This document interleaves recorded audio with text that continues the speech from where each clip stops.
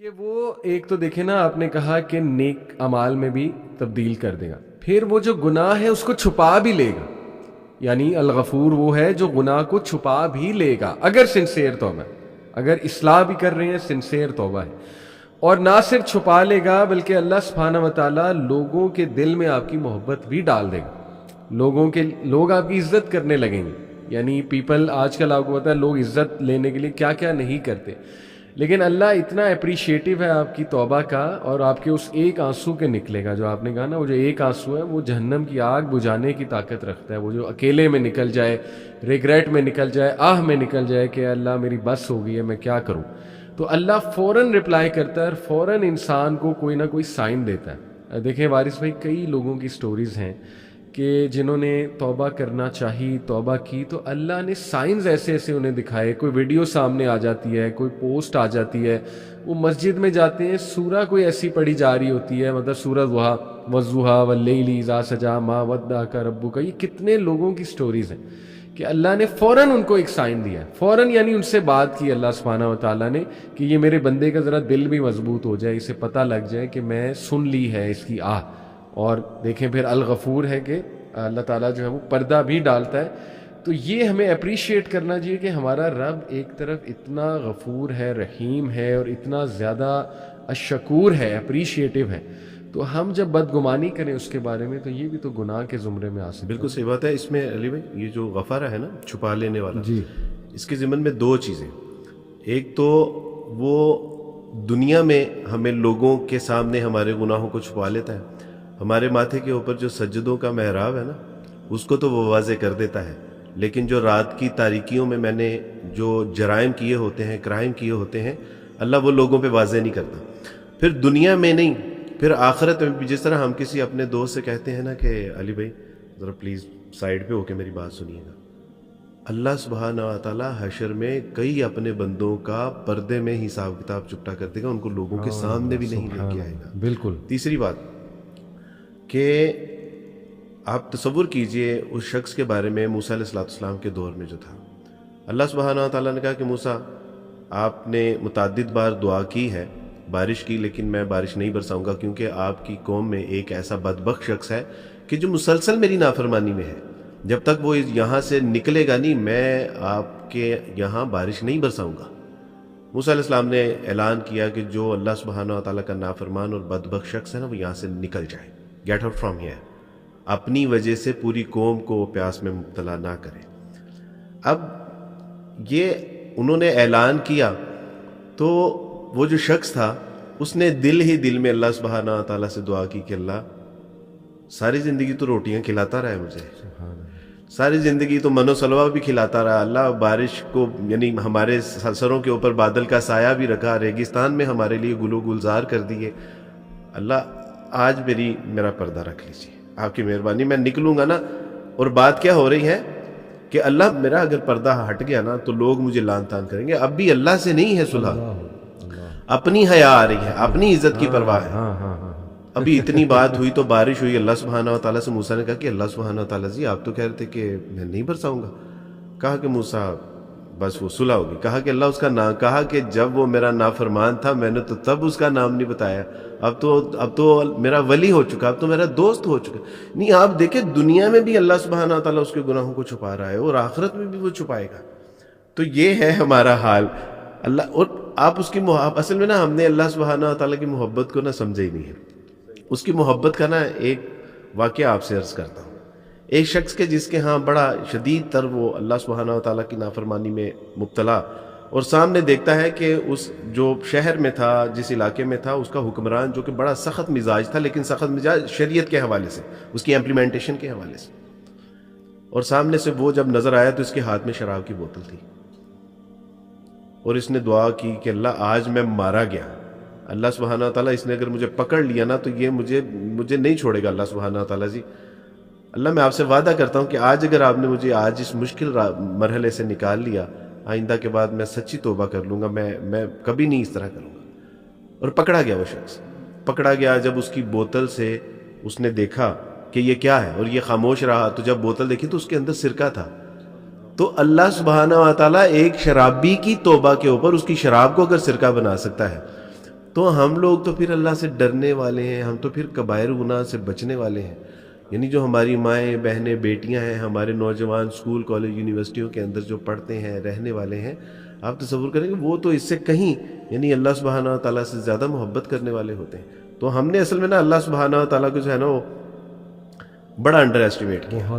آپ جو وہ قرآن مجید کی آیت پڑھ رہے تھے نا, قل یا عبادی الذین اسرفوا علی انفسہم, اس میں نا کچھ اسرار ہیں علی, اور وہ اسرار یہ ہیں کہ اللہ سبحانہ و تعالیٰ نے یہ بھی کہہ سکتے تھے کہ قل یا ایھا الانسان, لوگوں سے کہہ دیجیے. اللہ سبحانہ و تعالیٰ یہ بھی کہہ سکتے تھے کہ قل یا ایھا الرجال, ان مردوں سے کہہ دیجیے, یہ ان عورتوں سے کہہ دیجیے, ان تاجروں سے کہہ دیجیے. لیکن اللہ سبحانہ و تعالیٰ کیا فرما رہے ہیں, قل یا عبادی الذین اسرفوا. نبی صلی اللہ علیہ وسلم میرے بندے جو ہیں نا, میرے بندے. آج کوئی پولیٹیکل جماعت ہوتی ہے نا, تو انہوں نے جب ان بندوں سے یا ان پکڑے ہوئے بندوں سے محبت کا اظہار کرنا ہوتا ہے تو وہ یہ کہتے ہیں کہ یہ ہمارے بندے ہیں, ان کو کچھ ہونا نہیں چاہیے. اور ایک طرف میرا رب العالمین جو اپنے بندوں کے بارے میں کہہ رہا ہے کہ یہ میرے بندے ہیں, اور ساتھ آگے ان کی ڈیفینیشن بھی کر رہا ہے کہ یہ وہ لوگ ہیں علی انفسہم جنہوں نے اس قدر زیادتی کی ہے, اس قدر وائلیشن کی ہے, اس قدر حدود کی جو ہے وہ وائلیشن کی ہے, اس قدر انہوں نے اللہ سبحانہ و تعالیٰ کی نافرمانی کی ہے کہ اس میں جو لفظ ہے نا علی انفسہم, یہ جس طرح اس کے اوپر فارم ہے نا اسپیکر مائک کے اوپر, علی کا ایک عربی کا مطلب یہ ہوتا ہے کہ پوری طرح سے ڈھانپ لینا. تو اللہ سبحانہ و تعالیٰ اس کی ڈیفینیشن بتا رہے ہیں کہ وہ بندے کہ جنہوں نے اس قدر گناہ کیے ہیں کہ اپنے جسم کا ایک بال بھی نہیں چھوڑا کہ وہ گناہوں میں لت پت نہ ہو.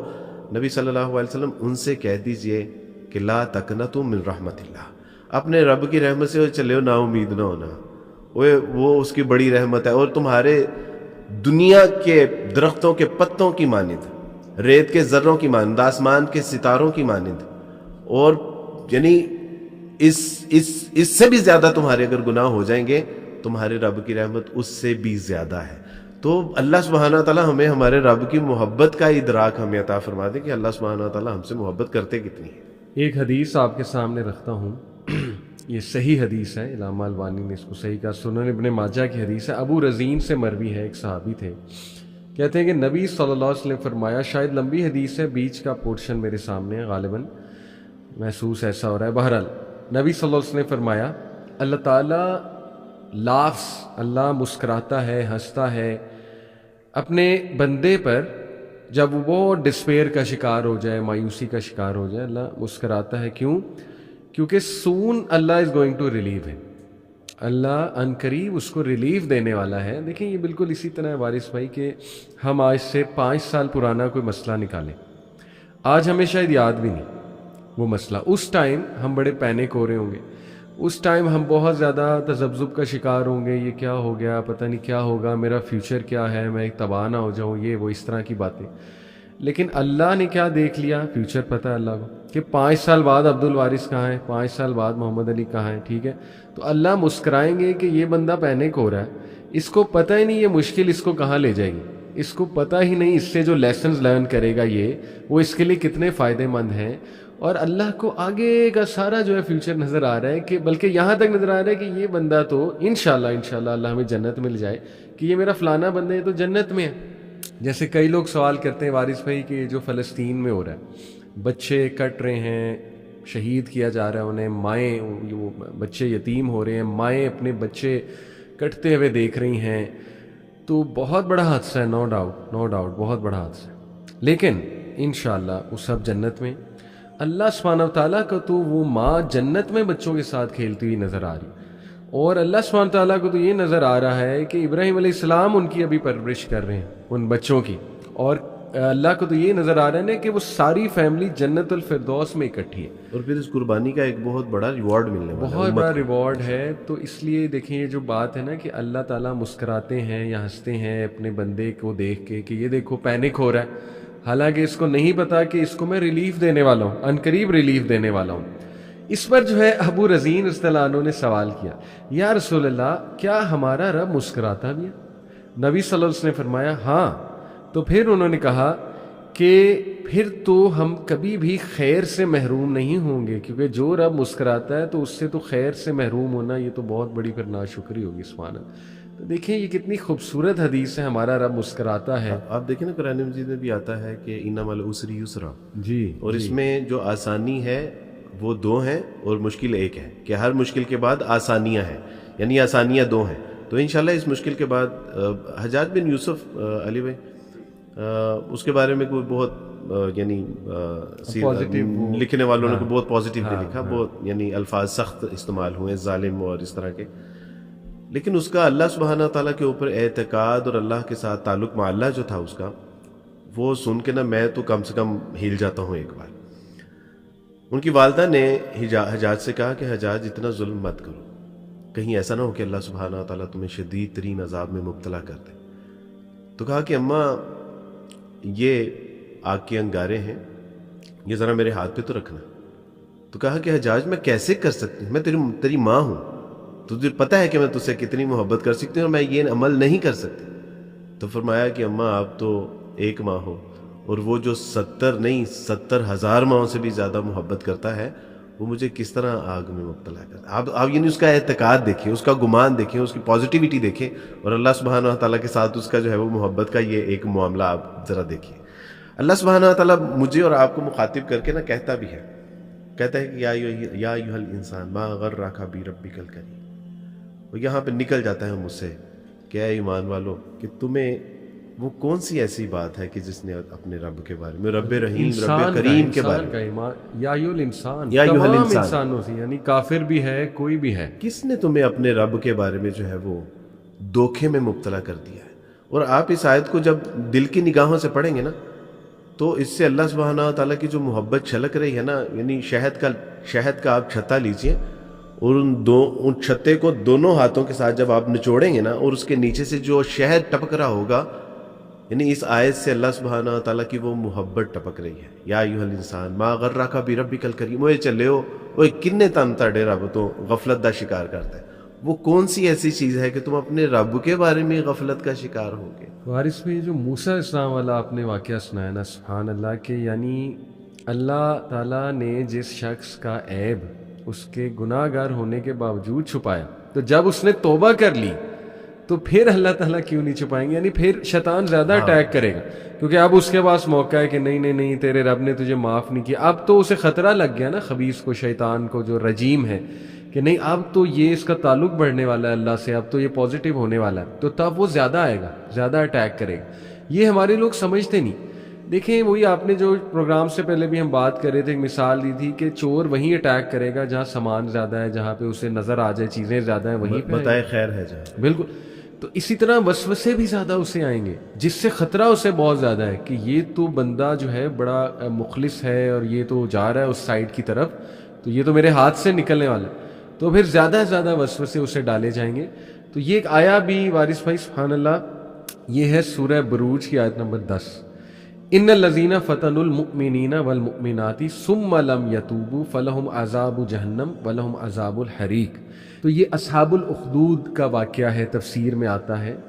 تو یہ کون تھے؟ یہ اصل میں ایک بہت ہی ظالم بادشاہ تھا، جو ایک آگ کا گڑھا اس نے بنایا، ایک ہنڈیا پوری بنائی، اور اس میں یہ مومنین کو ڈالا کرتا تھا جو اس دور کے مومنین تھے، یہاں تک کہ بچوں کو بھی، جو شیر خور بچے تھے ان کو ڈال دیتا تھا، ماؤں کو ٹارچر کرتا تھا. یہاں پہ جو الفاظ ہیں ان الذین فتنوا المؤمنین والمؤمنات، جن لوگوں نے ٹارچر کیا مومن عورتوں اور مومن مردوں کو. اب دیکھیں وارث بھائی، حدیث کی روشنی میں جو اللہ کے ولیوں سے دشمنی لیتا ہے، اللہ کی اس سے ڈائریکٹ دشمنی، تو یہ ہے دشمن اللہ کا. امام ابن حجر کہتے ہیں لیکن سبحان اللہ، اللہ کی رحمت دیکھیں، اللہ میسج کیا دے رہا ہے. ڈائریکٹ نہیں کہا فلہم عذاب جہنم ولہم عذاب الحریق، تو یہ جہنمی ہیں، ان کو آگ میں ڈالا جائے گا. نہیں، اس سے پہلے کیا ثم لم یتوبوا، اور انہوں نے معافی نہیں مانگی، ریپینٹ نہیں کیا، توبہ نہ کی. اللہ اکبر. تو امام ابن حجر کہتے ہیں سبحان اللہ، look at the mercy of Allah, look at the offer from Allah to everyone, کہ اگر وہ بھی معافی مانگ لیتے، اس ایکشن کے باوجود وہ معافی مانگ لیتے، تو اللہ انہیں معاف کر دیتا، کیونکہ کنڈیشن یہ ہے کہ ثم لم یتوب. تو یہ اس کے بارے میں، اصحاب الاخدود والے لوگوں کے بارے میں ہیں جو انتہائی بدبخت اور ظالم، ان کو بھی اللہ سبحانہ تعالیٰ نے ان کو بھی چانس دیا ہے کہ نہیں ثم لم یتوبوا. تو پھر اللہ، آپ دیکھیں فرعون کو کتنے چانسز دیے اللہ سبحانہ تعالیٰ نے، بار بار سائنس بھیجے، بار بار سائنس، اللہ فوراً بھی پکڑ سکتا تھا. تو بہرحال لوگ یہ والی سائڈ نہیں دیکھتے وارث بھائی. لوگوں کے ذہن میں نا فوراً آتا ہے کہ نہیں عذاب کی بھی آیات ہیں, جہنم کا بھی تذکرہ ہے. دیکھیں اللہ تعالیٰ اپنے بندوں کو جانتا ہے. کئی لوگ ہیں انہیں جہنم کی آیات ضروری ہیں ان کے لیے, یعنی اللہ تعالیٰ پھر ظاہر ہے اپنے بندوں کو مزاج ٹھیک ہے نا کرنا مختلف, یعنی وہ اس کے اوپر اثر کچھ آیات صحیح بات, کسی اور رنگ کی کرتی ہیں. صحیح بات. اس میں نا دنیا کی ایک اسٹریٹجی ہے, یعنی جو وار اسٹریٹجی ہے اس میں دو چیزیں پڑھائی جاتی ہیں. ایک چیز تو آپ کو یہ پڑھائی جاتی ہے کہ آپ کی اپنی طاقت اور قوت کتنی ہے, آپ کے پاس یعنی کتنا اسلحہ ہے.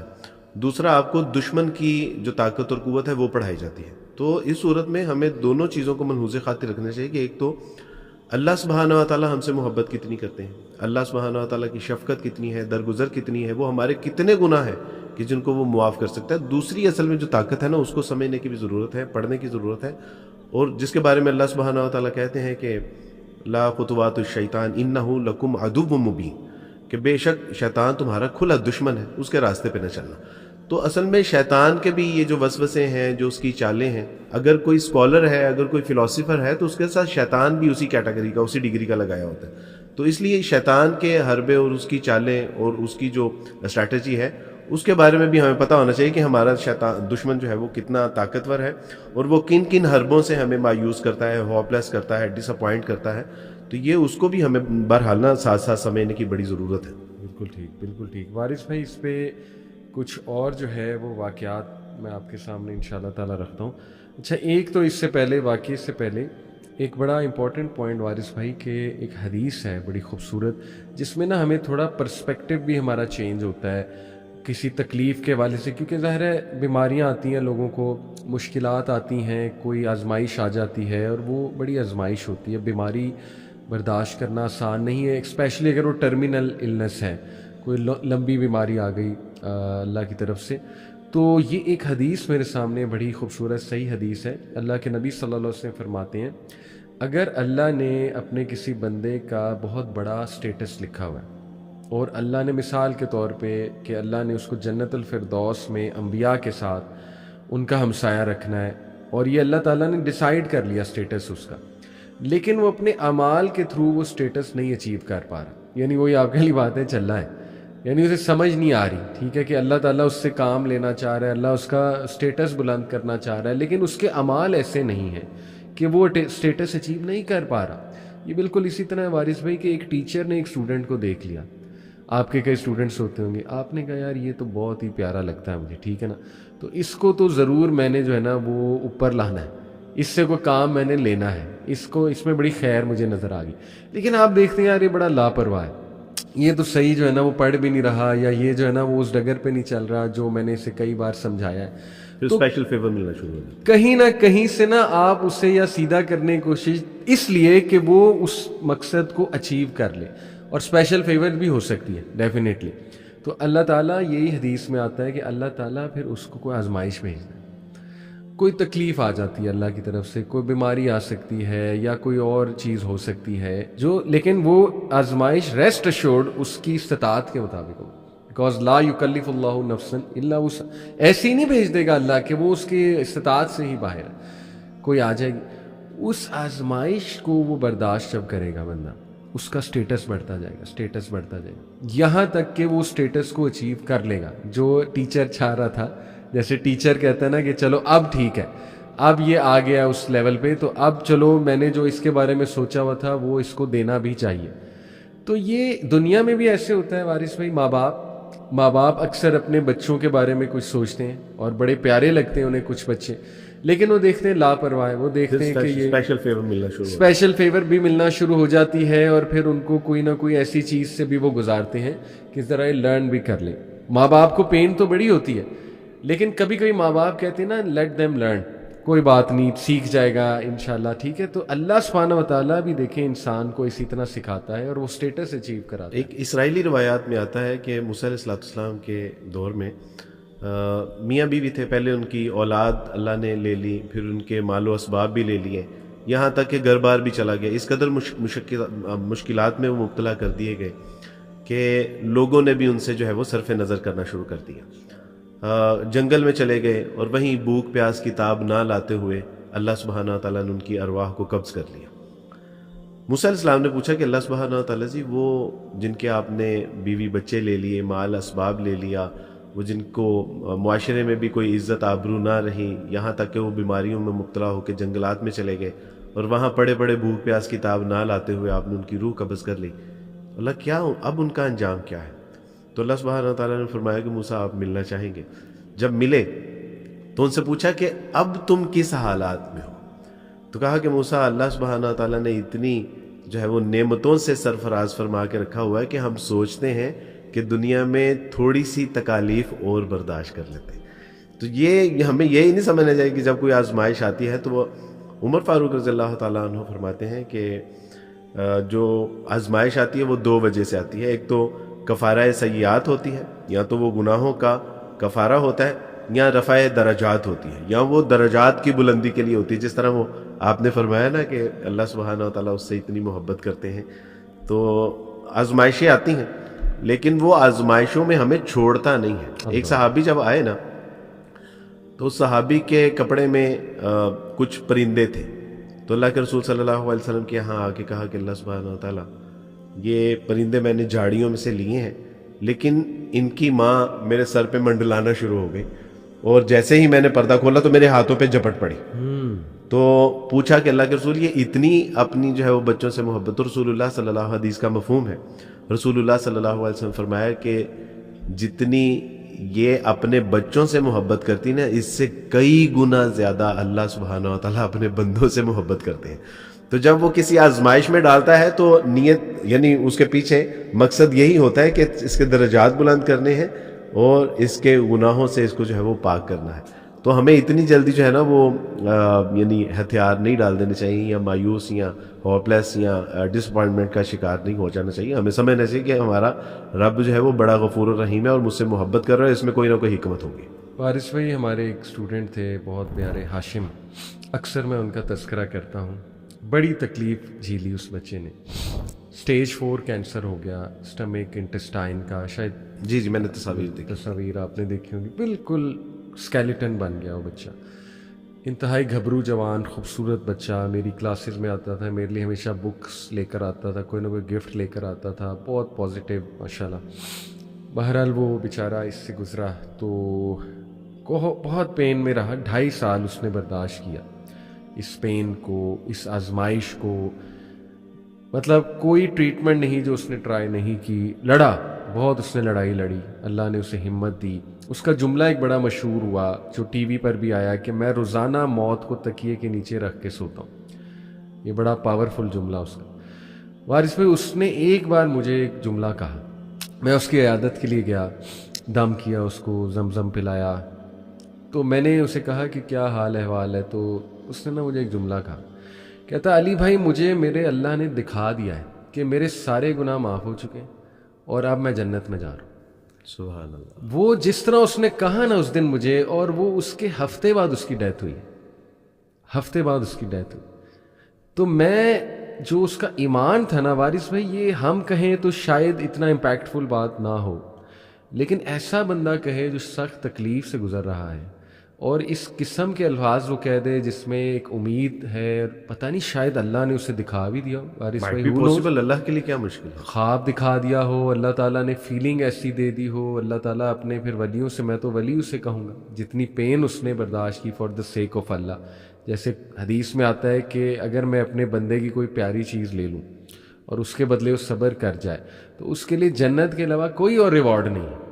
تو اس نے جب کہا نا کہ علی بھائی میرے تو سارے گناہ اس کی وجہ سے معاف ہو چکے ہیں اور میں تو جنت میں جا رہا ہوں، تو میں یہی گمان کرتا ہوں وارث بھائی کہ انشاءاللہ وہ اس وقت ضرور بہت راحت میں ہوگا اور کروڑوں لوگوں کے لیے، انشاءاللہ کروڑوں لوگوں کے لیے وہ مثال چھوڑ گیا، اور اس کے لیے صدقہ جاریہ ہے جی، جو ابھی آپ اور ہم بات کر رہے ہیں یہ آگے سے آگے چلتی جائے گی، اور اس کے لیے صدقہ جاریہ کہ جو اس نے صبر و استقامت کا مظاہرہ کیا، اپنے اللہ سبحانہ تعالیٰ پہ توکل اور یقین کی ایک مثال، جو اس سے بھی بڑا اللہ کا ایک انعام ہے۔ ایک تو یہ ہے نا کہ جنت کے سوا اس کا کوئی، اور یہ ایک اور بات ایڈ کر دوں کہ اس کی یہ پین اللہ نے قبول کی، یہ صبر قبول کیا، اس کی دلیل یہ کہ آج ہم اس کے بارے میں بات کریں، اس کے لیے صدقہ جاریہ الحمدللہ۔ اور مزید نا علی بھائی جنت سے بھی بڑا ایک اجر ہے، اور وہ یہ ہے کہ ان اللہ مع صابرین، یعنی آپ تصور کیجئے کہ جس اللہ کو بن دیکھے ہم سجدے کرتے ہیں، رکوع کرتے ہیں، اس کی راہ میں لڑتے ہیں، مرتے ہیں، اپنا مال و متاع خرچ کرتے ہیں، تو جب ہمیں وہ اللہ ہی میسر آ جائے، بیکاز اللہ سبحانہ و تعالیٰ سے زندہ قرآن کہ ان اللہ مع صابرین، میں اس کے ساتھ ہوں، یعنی صبر کرنے والوں کو، تو جس کو اللہ کا ساتھ ہی میسر آ جائے تو جنت تو پھر اسی کی بنائی ہوئی ہے۔